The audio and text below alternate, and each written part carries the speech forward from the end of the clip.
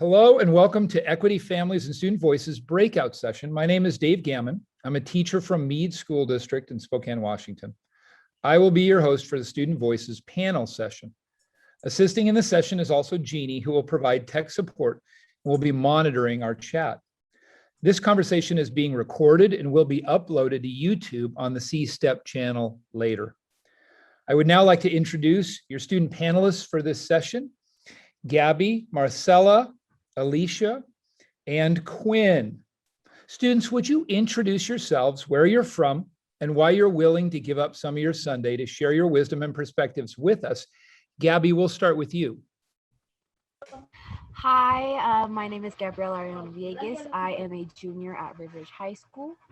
I just wanted to, make some change, even if I'm not the one who's affected by it, even if it's the future generations. It's something very important to me. Well said. I'm Maricela Arellano Villegas. I am a freshman at Rivers High School. Is that what I say? Why are you giving us some of your valuable Sunday? Because my mom told me so. That's a good reason. Good answer. Alicia, how about you? Yeah, so my name is Alisha Saucedo. You guys can call me Allie, and I am a senior at Thomas Jefferson High School in Federal Way. The reason why I'm here, I want everyone to feel like loved and believed in, and I think that self-worth is so powerful, and it breaks my heart to hear that students don't have that experience. So I want to do everything I can to make sure every student has a positive experience and how they need to be okay with themselves. So yeah. Well said. Well said. And Quinn, how about you? Great, I get to go after Allie. So I'm Quinn Gamon. I am a senior at Meade High School in Spokane, and I am here because I was presented the opportunity to come share my perspective and my thoughts and ideas and things on how to treat other students with equity, and so that is why I am here today, and I'm really looking forward to it. That's awesome. All right, well, I'm going to direct the questions, but feel free to jump in as we have the conversation. Allie, I want to start with you. What does equity look like? I think equity looks like, of course, basing off the definition, giving everyone what they need. And that's different for every student. That's different for every person because we're all our own individuals with our own experiences. And I think it's having high expectations for everyone, but being there to catch them when they fall and support them in order to achieve those high expectations that you have for them. So that's kind of my definition, I guess. That's great. Gaby, would you add to that? What else does equity look like? Well, as a Native student, I think it's important, to have those different perspectives, not just of history, not just one perspective, like the non, I guess, indigenous peoples or non-colored people perspective. It needs to be many perspectives of the BIPOC community. Gaby, that's awesome. So what I'm hearing, Allie had said it's context, it's taking care of all of our students uniquely with their full diversity right now, but it's also historical. It's also perspectives on where people have been and where we are now in the context. That's really good. Maricela, what would you add to that? What else does equity in education look like? Equity to me is not going off the stereotypical perspective, because me and my sister are the same ethnicities, but we're very different and we appear very differently. So, and we represent very differently as well. That's a really good point. Even sisters from the same family, equity is going to look slightly different because you're different individuals. That is really insightful. Quinn, what would you add to that as far as the equity picture? As far as equity, I think part of what as educators can happen is listening to your students of color, because at least for me, I don't live in a very ethnically diverse area. And so bringing up the topic of equity is somewhat of still a sensitive topic and still something that most people don't want to tackle. So being willing to go there with your students, if they're comfortable, of course, but being willing to spearhead that conversation and being willing to actually like tackle really what does it mean for equity? What does equity look like in my classroom? What does it look like in our school? What does it look like in our community? And being willing to actually dive into what that means for your area and where you're at, because equity for what my school needs is different than what each of the girls' school needs. And so being willing to address where there is room for growth and then being willing to grow in those areas is what is very important. That's really good. Okay, so let's go there. What's not working right now as far as honoring diversity and pursuing equity? What's not working? Maricela, let's start with you. What's not working right now? Well, personally, for me, it's like, again, stereotypes. Like, me and my sister, as I said, are very different.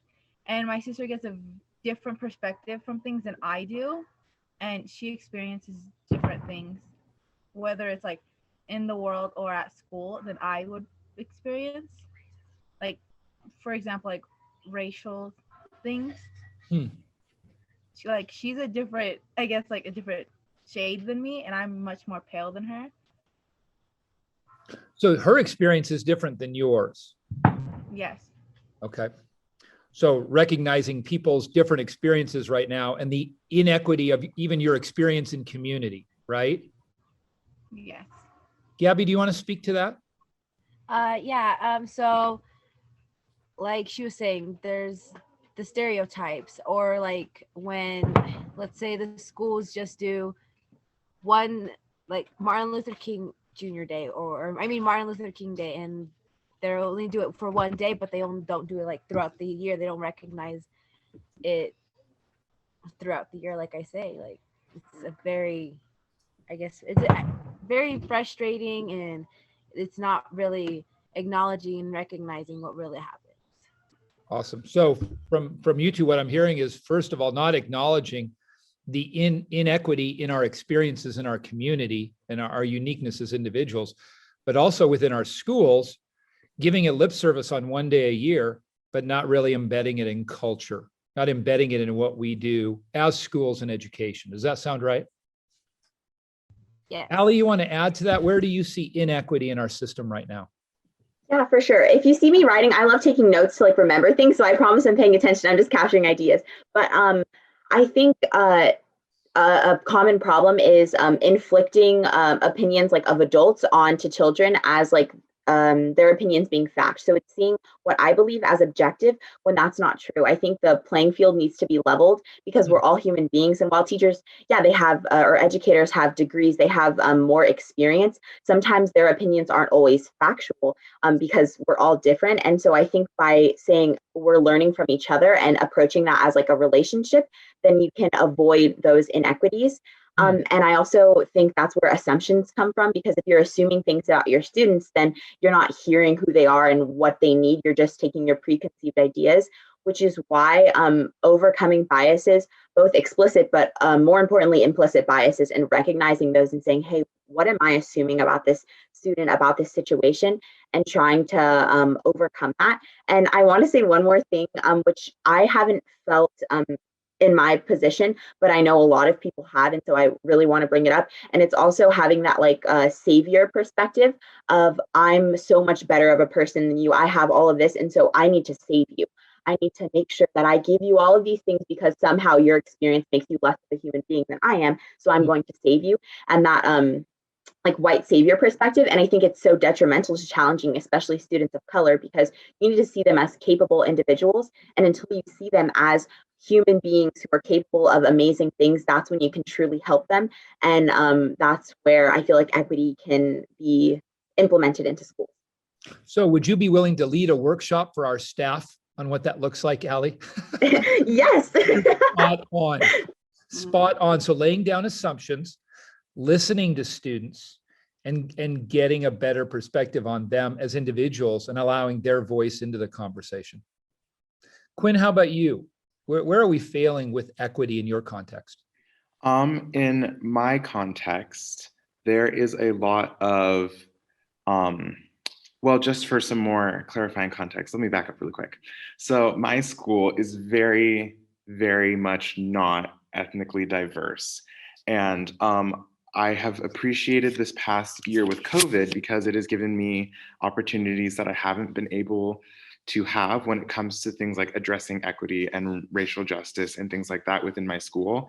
And so until this year, we didn't have a BSU, a Black Student Union at my high school, and now we do. And it's the first year that we've been able to establish that. And I am also one of the equity advisors on our student council. And that has been a position that I was given the opportunity to create for basically myself, essentially, and just as a position for students of color to be able to have that voice, because that has not really been in the forefront of people's minds. And I think as a school where we can grow in equity, at least in my context, there is a lot that could be said for hearing different backgrounds, and not just students of color, although that is probably the biggest proponent, especially within my school context, but being the adults being able to spearhead the conversation and like, what's the word I'm looking for, and encourage the students in the ways that they are different than their peers, but not see those as dangerous or make them feel other or make them feel unwelcomed or unloved. Being willing to understand that we have Martin Luther King Jr. Day, but most people sleep or talk through the entire assembly when we have it.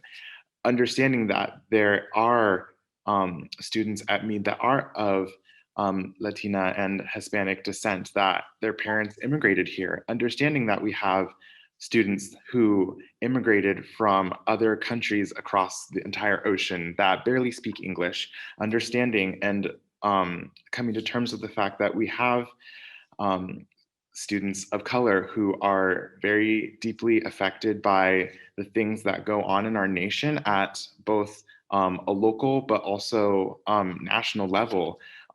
Things like the Capitol building that was very horrifically vandalized earlier this year was something that took a toll on my friends and I from backgrounds of color, and the classrooms that we have been in that have taught us basically whitewashed history and haven't really focused on the voices of the indigenous people that were here before Christopher Columbus, and not focusing on the voices of the very intelligent and very, very profound works of Black artists and African-American writers, and just realizing that there is still great things to be learned from those people and from even students like myself. Obviously, I am not an adult. I've only lived 18 years of life.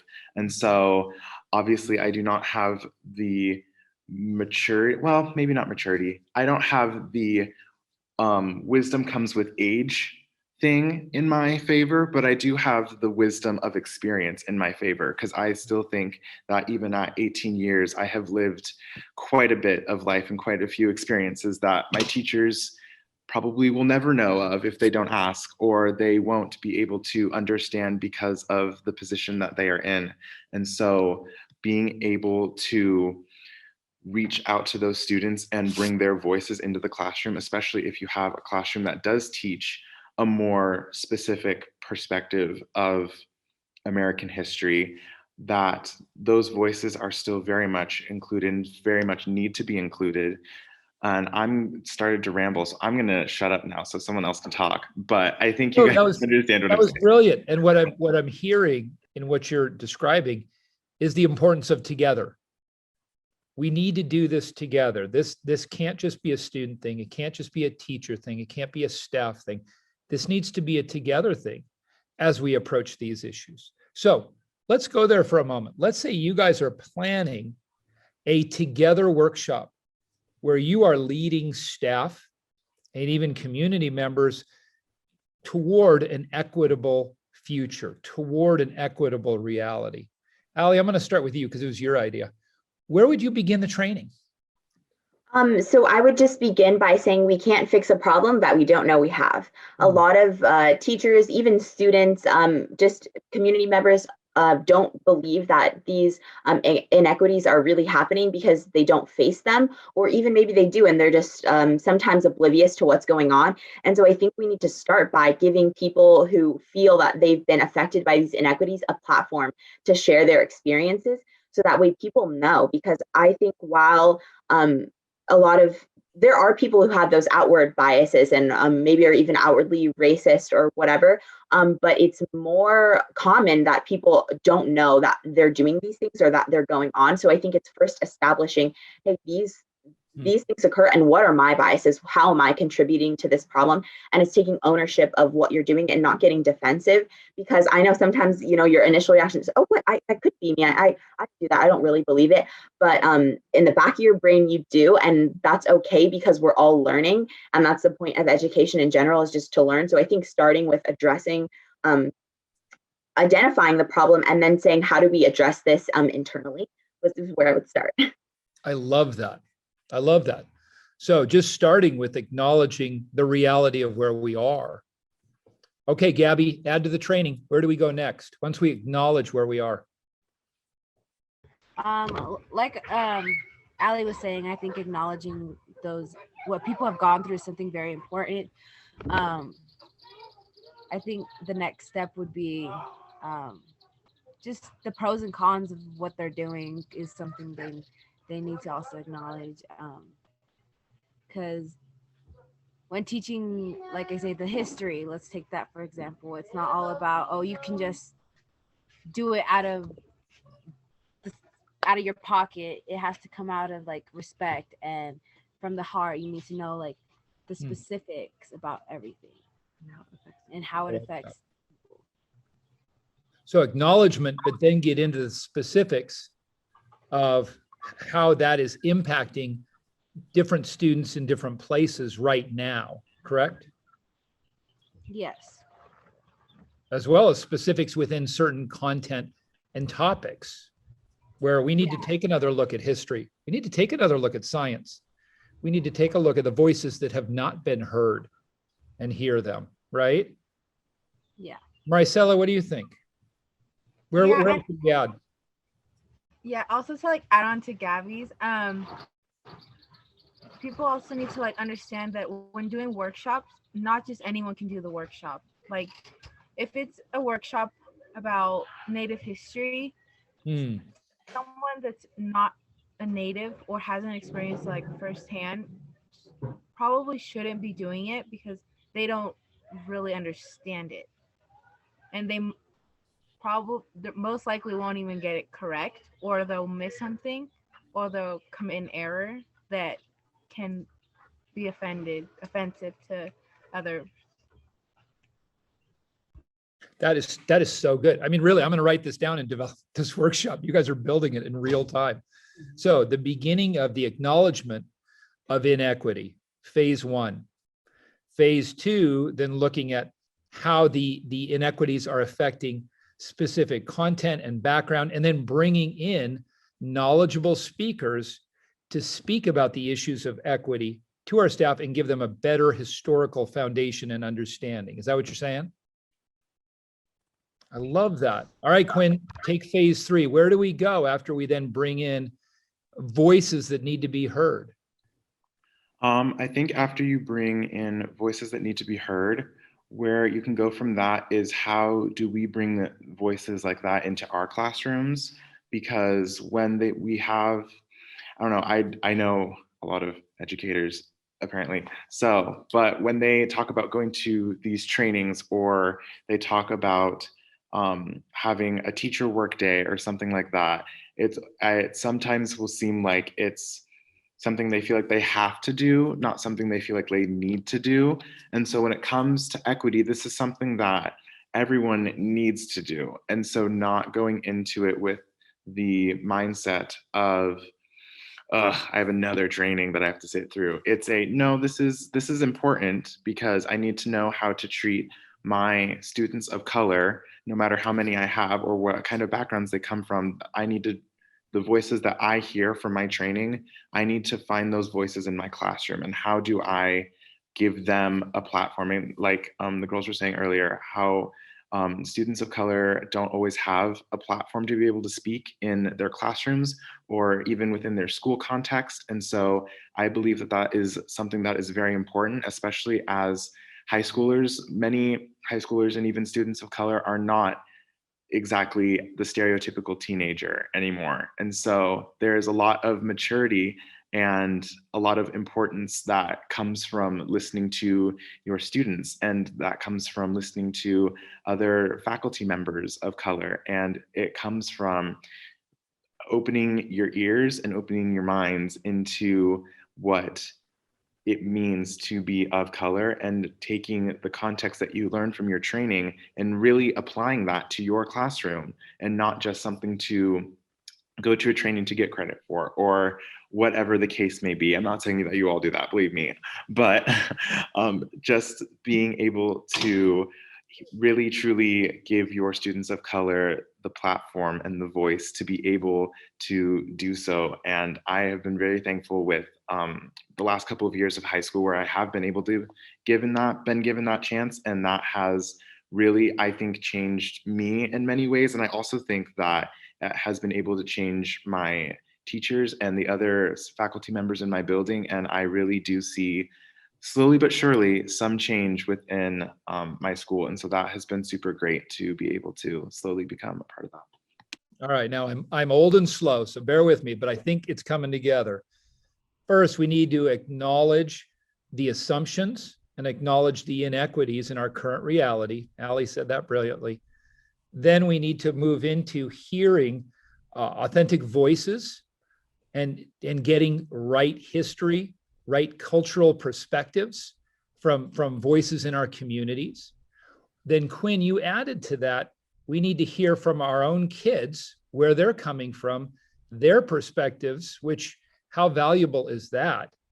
And then phase 4 then is, how does that lead back to the classroom? Because that's all big picture, staff meeting, community vision. How do we get back to the classroom? And I'm going to share a dirty little secret. As a teacher in any training, there's always the thought in the back of my head, I just want to get back to my classroom and do my thing, right?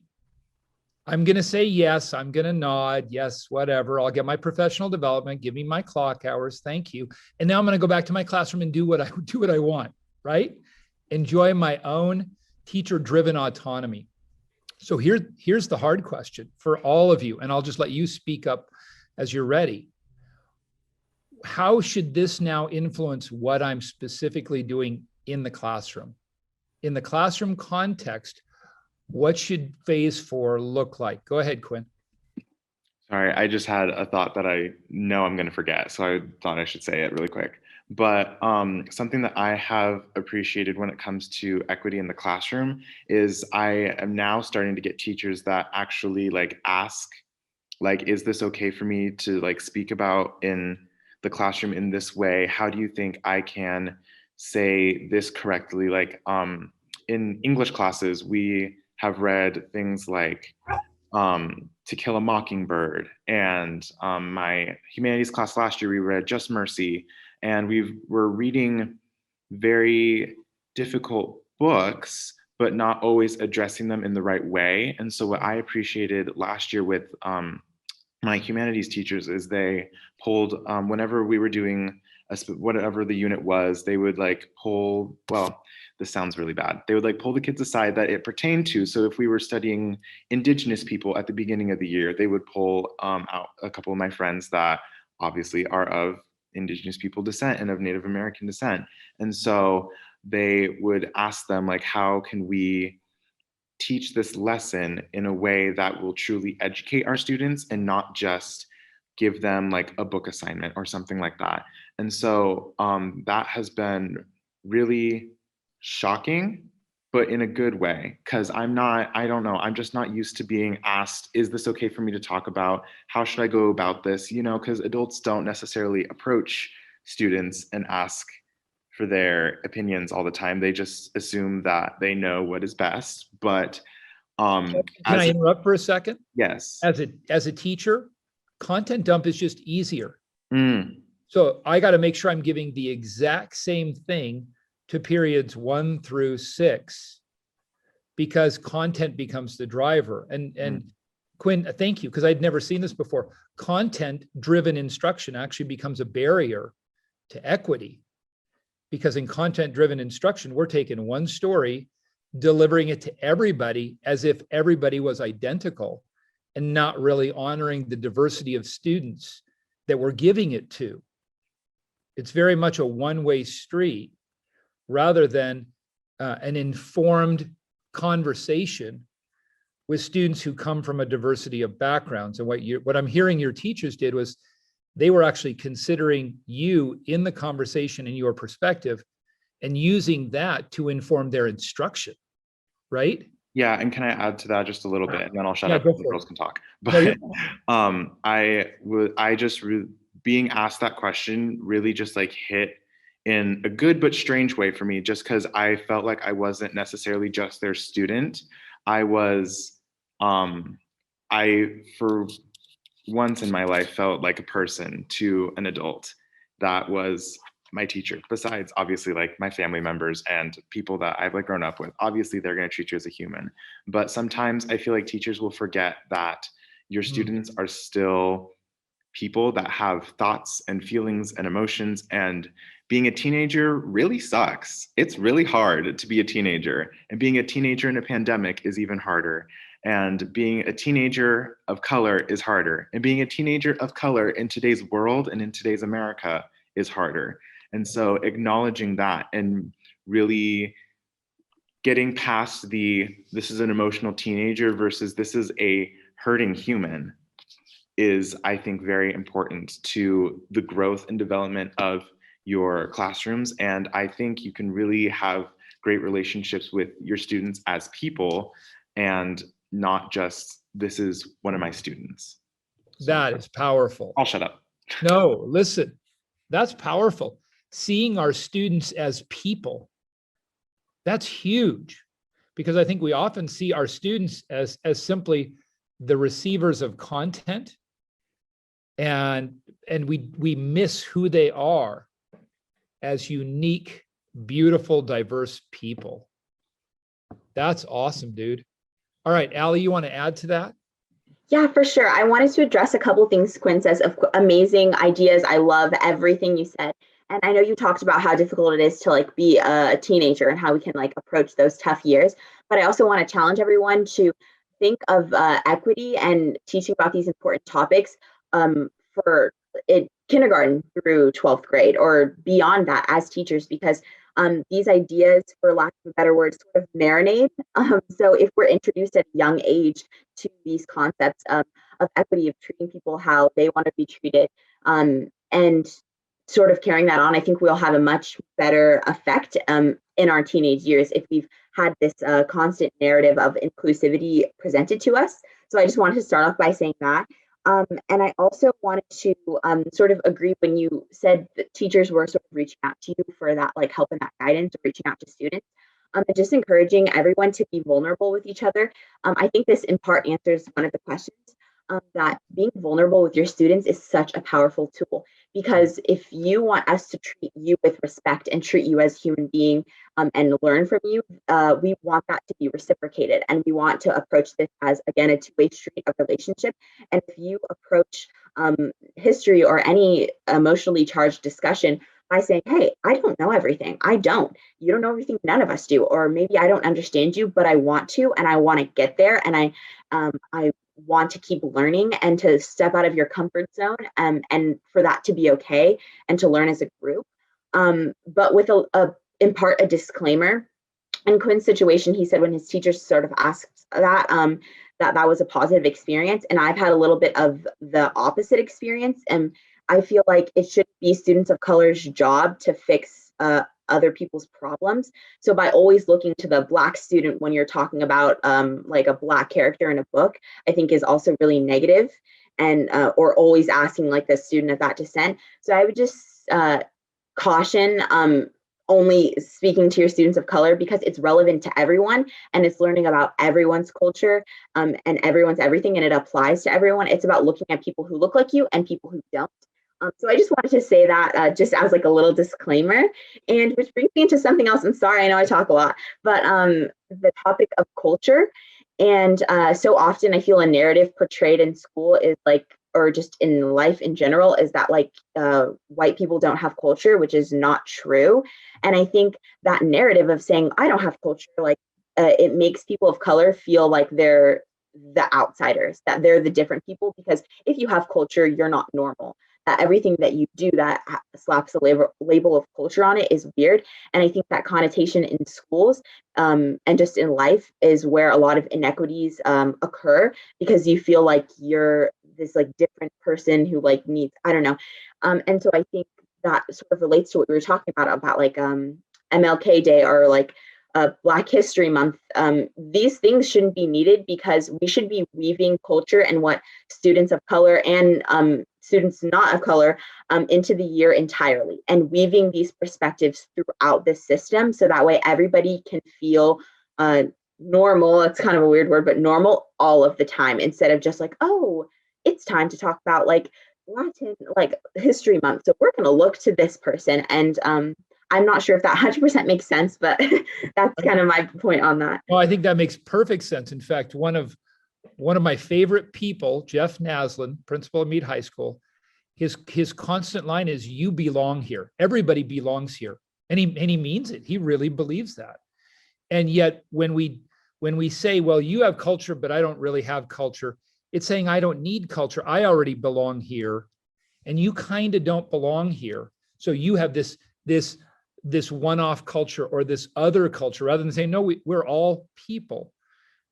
We all have 46 chromosomes. We all have 6 billion base pairs of DNA. My science nerd coming out. But we're all beautifully diverse, and we all come from different cultures. And that should be woven into and embedded in a school culture that then honors and appreciates and respects those. Allie, that was brilliantly said. Really. Okay, so Gaby, give me some advice on what that looks like in the classroom from your perspective. Well, I just feel like all teachers, not just even teachers, all staff and like educators need to know that not all students learn the same. Everybody learns differently. We're talking about teaching and teaching, but not everybody learns the same. And that's something that a lot of people need to acknowledge and need to adjust to, that not everybody learns the same. Right. So now you add another layer of different modalities of education, and how do different learners take in that information, whether it's auditory, visual, kinesthetic, and making it meaningful for them, correct? Yeah, because there's a lot of complexity in each one of us, and one of those is how we learn best. That is so good. Maricela, do you want to add to that?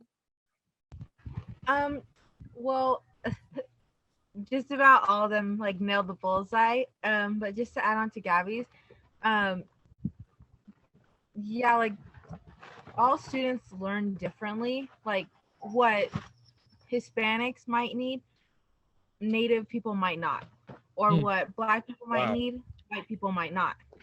So it's just like a way of like learning how to be flexible with the way that students learn, and understand that, again, we all learn differently. Yeah. You guys are blowing up my teacher brain. Can I just tell you right now, you are blowing up my teacher brain, because I got to tell you, it's way easier to take out my PowerPoint, get out your notes, kids, and we're gonna go through this blank lesson on content. But now to be able to listen to my students and their diversity, to bring in fundamental understandings from the community as far as diversity and understanding how it affects our topic, listening to students' perspectives, considering their learning styles and modality and how they're going to receive it, how they learn best. If done right, teaching is complicated, right?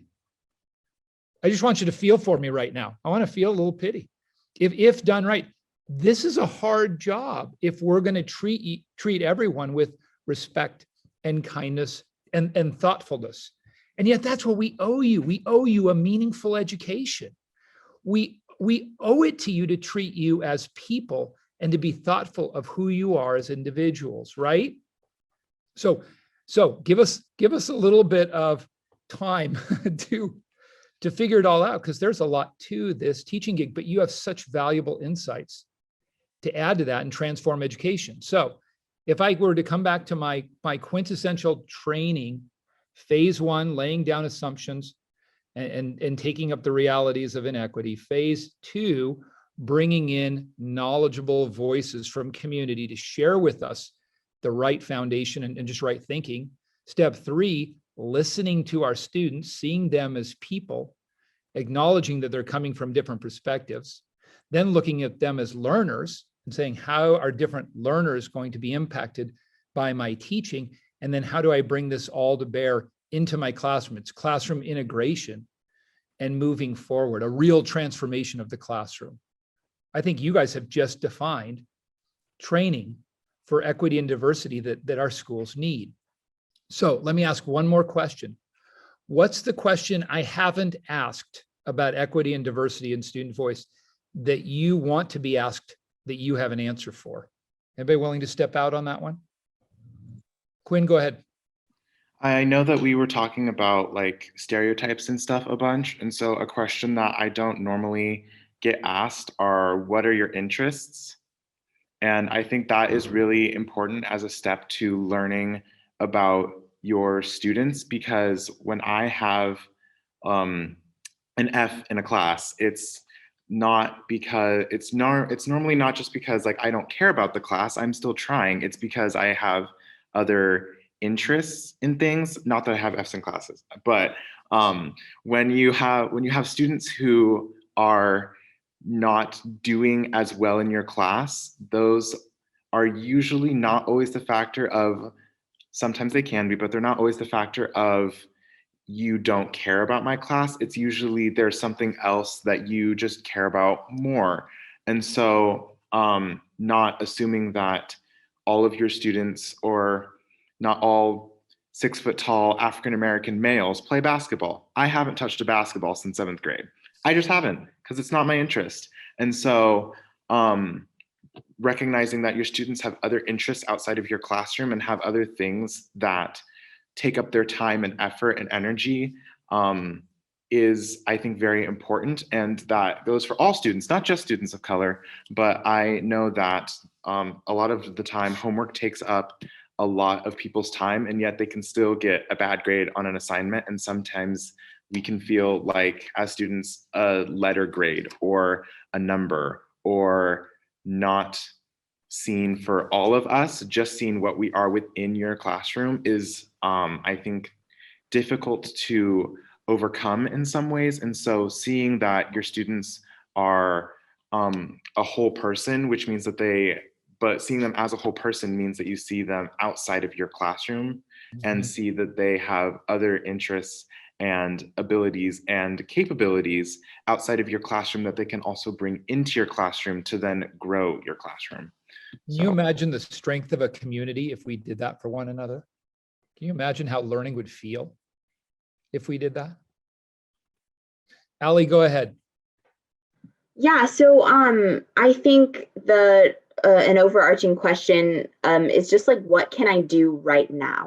Or like I would love to hear that from like teachers, from educators, from just anyone who wants to like make a change. And because I think a lot of people have a lot of great ideas, but they don't feel like they have space to share them. And I think we've been given the privilege here today to speak to you, but a lot of students don't have that privilege of like feeling like their voice is valued enough to like share their ideas.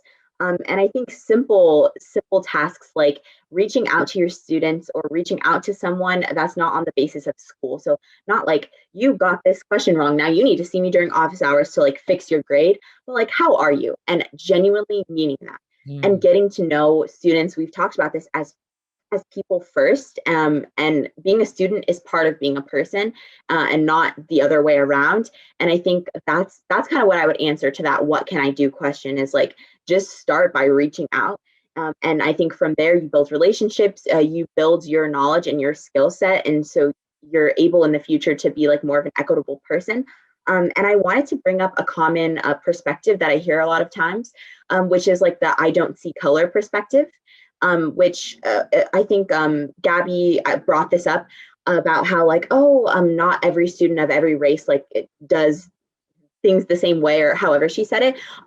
But by you saying you don't see me for being Mexican or for being Jamaican or whatever, then you don't see me if you're saying that you don't see that. And so while I don't want you to assume that because I am Black, I do this, or because I am this, I do that, by you overlooking that, then you really don't see me as a person. And I think that it's seeing people even for the parts that you don't know a lot about, and still wanting to learn about them. So I wanted to present that because it like breaks my heart every time I hear someone say that, because it's like, no, then that's not right.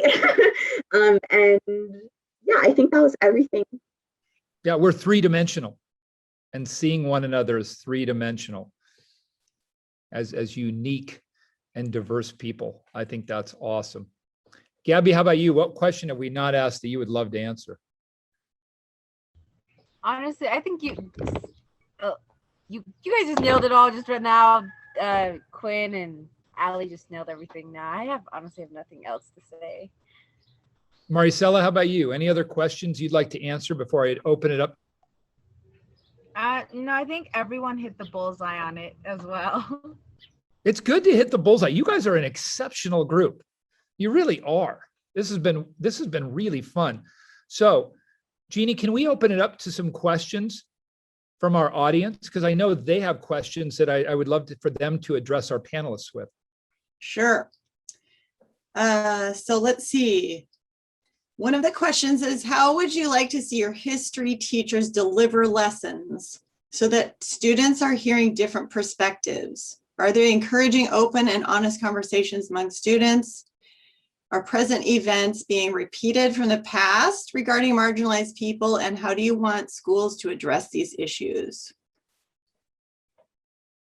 Okay, let's start with history teacher. Who wants to take that? Al, go ahead. Well, I just wanted to say there are things that from the past that have been repeated now. Like my sister was saying, like I'm a way different shade than her. I'm a way darker person than she is, and I have experienced more racial things toward me than my sister has, and she so it's the racial part that a lot of people like especially in history, like they don't recognize that those things are still happening. Colonialism is still happening, and yeah. Excellent. Anybody else want to take that up? How, as a history teacher, how should they approach instruction in their classroom? Yeah, I'll go real quick, and then I think Quinn has something to say. I think encouraging perspective taking and approaching things with the lens of empathy. And I know it's really hard because, like, for me, I'm like, how am I supposed to empathize with someone who like is racist? But I think vice versa, it's very impactful to take on that lens of like, we're learning about this not because this is what's correct or because this is wrong. And I think encouraging that lens of like subjectivity, that not everything that we're learning is true or fact, but as humans, it's important for us to just explore those different lenses. And so I just think by like being empathetic, a lot of those conversations can be productive. And also by saying that, like, starting off by saying we don't know everything, but we're going to be vulnerable with each other and we're going to learn together, and not saying I'm teaching you this because this is important to me, but asking your students what's important to them in history and relating those previous events to current problems, because they are still, a lot of problems are still occurring right now. That's really good. So bringing current context into your classroom and then allowing students to, in real time, affect the information and the instruction of the class, right? You want your teachers to get wisdom and get understanding about their students and the history. Quinn, do you want to share? Yeah, I was just going to share like a little quick thought, but not teaching events as if they happened so long ago. Like the birth of America happened just over 200 years ago, and things like racism in the 1960s is really not as far away as we like to make it seem. Rosa Parks, for example, she died in October of 2005, 2 years after I was born. Ruby Bridges is still alive to this day. Things, people that experienced very, very traumatic events are still alive today. There are still people that are alive today that went through that. Things like the Holocaust, there are still Holocaust survivors that are still alive.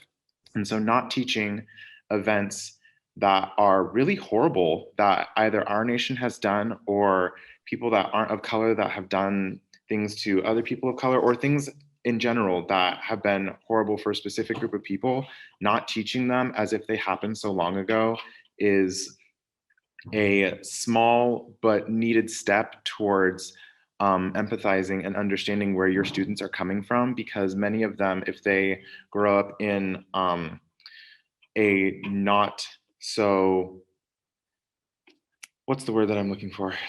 I'm just going to say it, a not so white area of town or a not so white neighborhood, they still have family members or have heard stories from family members of things that they have experienced. And it really wasn't that long ago. And it still happens to this day.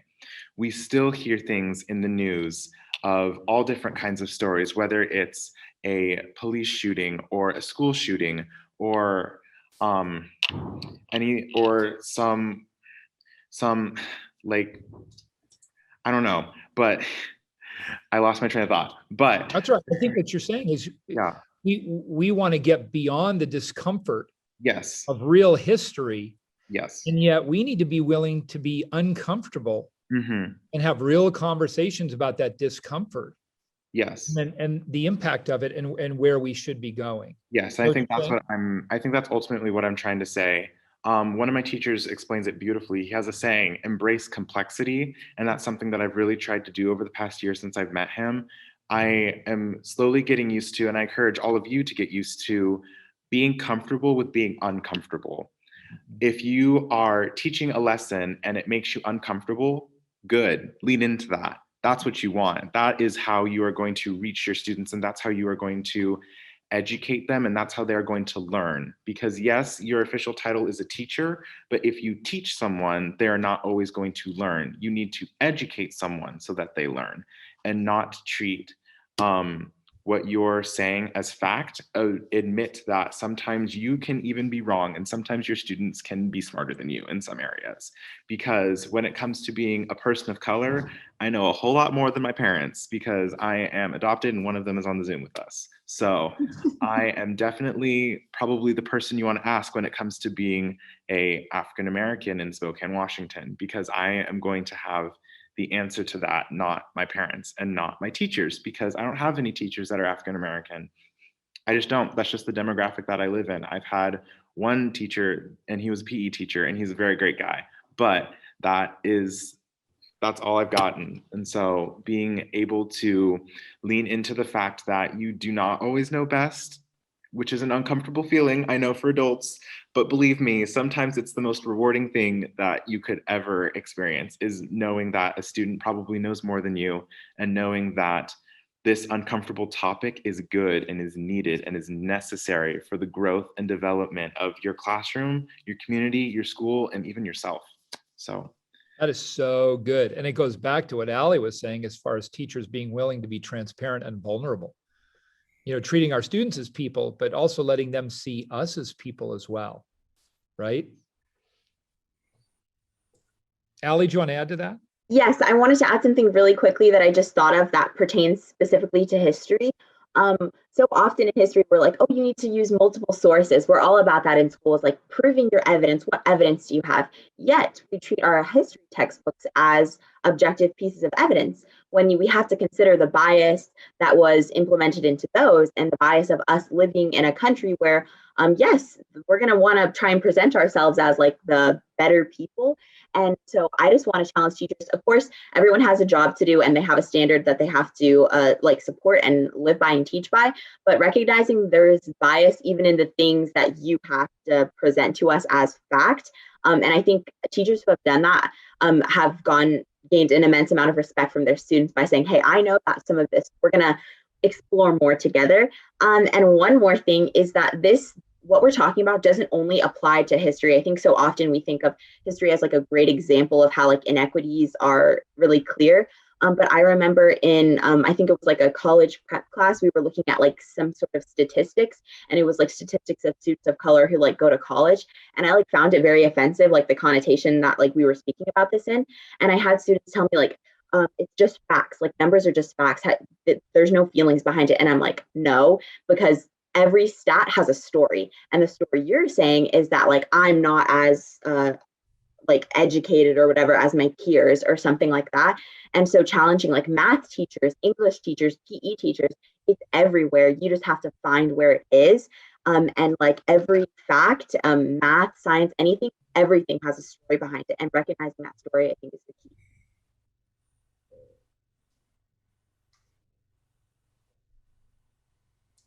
You're muted.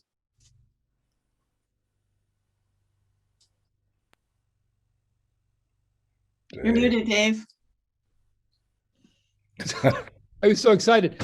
I was just saying, this is one of my favorite conversations of all time, you guys.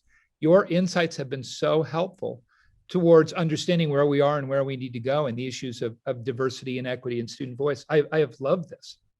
So what I led with was, amen, Allie, you were spot on. Jeannie, do we have one more question? Okay, so one of the questions is, how would you recommend building community among your peers at your school to move the conversation forward? Who wants it?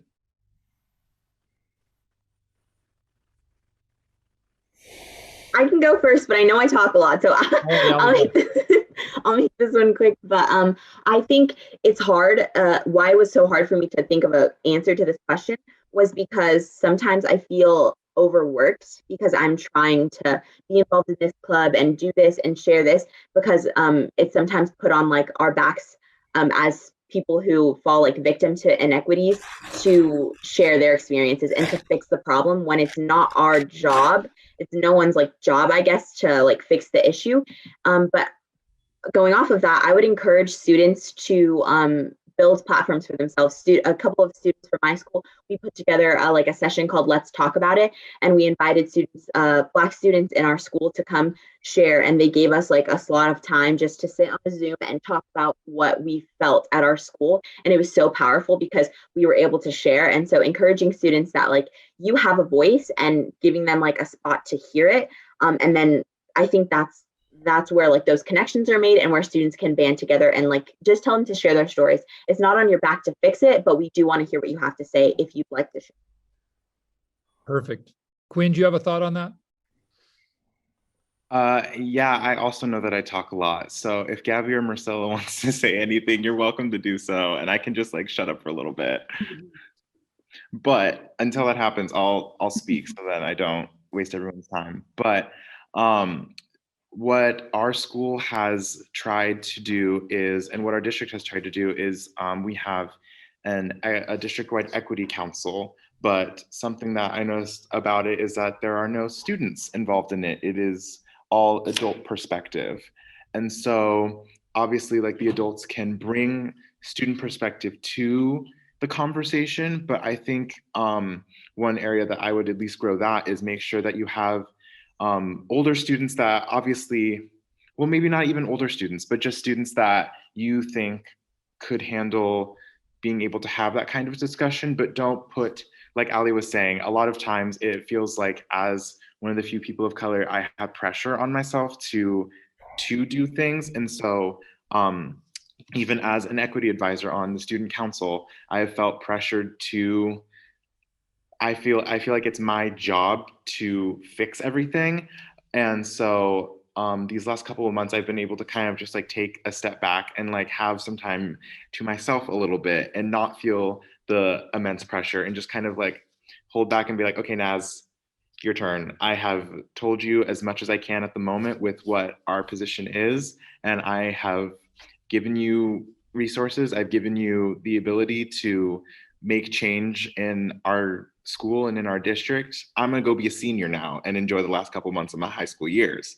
And so not putting the pressure on your students to, like I'm just gonna repeat what Ali says, but don't put the pressure on your students to feel like they have to share things and feel like they have to educate things, or educate your other students and educate yourself, but take that responsibility upon yourself and challenge your students to do so as well, to go out and look at and find books like Just Mercy, go out and find books like The Hate You Give, go out and find books like The Life of Frederick Douglass, like challenge yourselves to go out and do the legwork, because I'm not lifting your weights for you. You have to do that yourself.